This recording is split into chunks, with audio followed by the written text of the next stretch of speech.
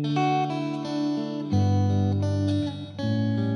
career day was the time when parents of students came into the classroom to talk about their jobs. Jane brought her dad, who was a bus driver. Jane's dad did not like his job when he was first starting out. After 5 years, he liked it. He liked it because he got to talk to people. Sometimes, though, no one wanted to talk to him. Those days were bad. Jane's dad talked about what he had to do as a bus driver in front of Jane's classmates. "Anyone interested in becoming a bus driver?" Jane's dad asked. No one raised their hand. The next parent going up was Julia's dad. Julia's dad was a firefighter. He dressed up in his firefighter uniform. He talked about his experiences and the crazy fires he had to put out in the past. The students loved Julia's dad. They asked him a ton of questions, and someone even hugged him. Jane's dad felt bad. He left the classroom before the day ended. Jane's teacher ran out of the room to talk to him. "Mr. Lowell, I just wanted to tell you that I have so much respect for what you do." Jane's dad smiled. The Mona Lisa. What are you looking at, Billy? This is a copy of my favorite painting. It's the Mona Lisa by Leonardo da Vinci. Why is that your favorite painting? Well, there are a few things that make the Mona Lisa great. First, she has no eyebrows. Second, she has a really beautiful smile. Most of all, I like the soft colors of the painting. Have you seen the Mona Lisa before? It is a very famous painting. Of course. I've seen the painting a few times before, but I never noticed that her eyebrows are missing. I wonder why she has no eyebrows. Do you know why? At the time Da Vinci painted it, it was fashionable for young Italian girls to shave off their eyebrows. Every girl wanted to be fashionable. Wow, that's really interesting. In what year was the Mona Lisa painted? I think it was painted sometime between 1503 and 1505. I wonder what a modern Mona Lisa would look like. She might have purple hair. Bad guy gone good. Donald is getting out of jail today after 5 years. He was in jail for hurting a convenience store manager.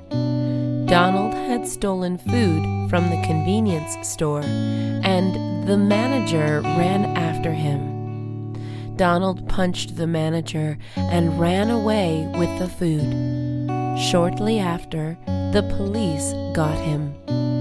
While Donald was in jail, he promised that he would change his life around if he got out of jail. He saw some scary stuff while he was in jail. Jail was a whole other world. It was almost like high school, but worse.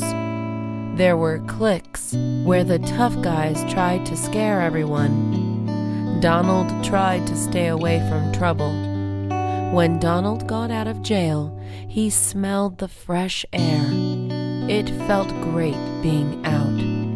He went to the convenience store he stole from. The manager saw him and grabbed the phone immediately.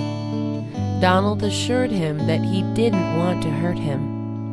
"I want to apologize for what I did. I stole food because I was homeless. I'm not trying to make excuses for how I hurt you, though." Donald gave the manager an envelope with $1,000 inside. "I know it doesn't make up for everything, but I was saving up this money for 5 years in jail," Donald said. The manager gave him a hug. taking revenge. Hannah was a good girl. She went to school on time. She did well in class. She was nice to everyone. She played soccer. She volunteered at the homeless shelter once a week. Hannah was about to go bad, though. Yesterday, someone robbed her house. She felt sad that bad things could happen to her, even though she never did anything wrong. Hannah decided to take revenge. Through her neighbor, she found out who robbed her. It was someone who lived just 3 streets down. At night, Hannah dressed in black and wore a mask. She was going to take back what the robber took and more. She wanted him to feel what she and her family felt. Hannah unlocked the door with a paperclip and went inside the house. She saw her belongings near the fireplace.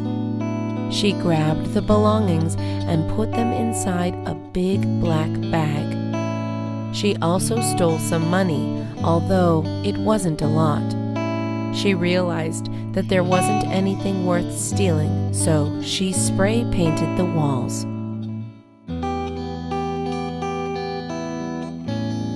Fireball wings. Lillian loves spicy food. She has a high tolerance for it, which means that she can eat a lot of it without suffering. Sometimes she even adds more chili to spicy food. Lillian and her friends decide to try the fireball wings at a popular chicken wing place in their town. The fireball wings were supposed to be so spicy that you could still feel the burn after 1 hour of eating a bite. Lillian and her friends had to sign a waiver to eat the wings so that they couldn't sue the business if they had any health problems after eating the wings. Lillian was excited. Finally, the plate of wings came in, and everyone could smell the chili. One of her friends sneezed because the smell was so strong. Lillian took the first bite. It was hot. She started panting and breathing heavily. She drank some water, but it was still hot. Her friends ordered some milk for her. Milk is supposed to be good for dealing with spicy food. Lillian drank 2 glasses of milk, but her mouth was still burning. Her friends decided not to eat the wings, because if Lillian couldn't handle it, then they surely wouldn't. Friends' betrayal. Benjamin and Kyle are best friends. They met when they were 10 years old. They were both in the same swim class. They became the fastest swimmers in their class. They joined the swim team at their high school. Even though they were great swimmers, Benjamin and Kyle had different personalities.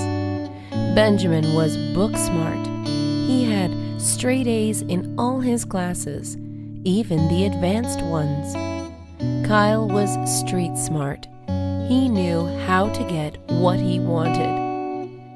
Benjamin and Kyle both wanted to be the swim team captain. However, there can only be one. Whoever got the most votes would be the next captain. Kyle was worried because he knew that Benjamin was more popular than him. A lot of the other team members thought Kyle was a bit mean. Kyle had a plan, though. The next day, he gathered up all the swim team members except Benjamin to meet him at the pool. "Hey guys, I know you want to vote for Benjamin, and I think he's a great guy. The thing is, he would be a terrible captain. He always puts school first. He would rather study for a test than practice his breaststrokes. I love swim and would put everything I have into this team. Kyle knew what he did was bad, but he wanted to be captain so badly that he did not care. Have some fun. Okay, great. We'll meet you in an hour. Bye. Who is that on the phone, Jane? That was Amy. She wants to meet us in front of her apartment building in an hour. Why are we meeting her there? Because her apartment is close to the bus stop. We're going to go downtown and watch a movie, so hurry up and get ready. Oh, I honestly don't think I should watch a movie tonight. I'm studying for an important test on Tuesday, so I really don't have time to have fun. You have been studying for several days, Joe. You don't need to study anymore. You need to have some fun because you're too tired to study anyway. I don't know. Maybe you're right. Is it just Amy and us going? Lily is coming along too. Really? I need time to take a shower and get dressed.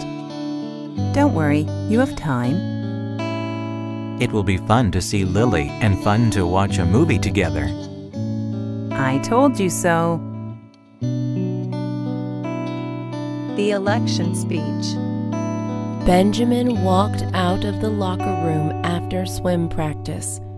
One of his team members, Aaron, wanted to talk to him. Ben, there's something you have to know, Aaron said. What is it? Benjamin asked. Kyle said you would be a terrible captain to the entire swim team, Aaron said.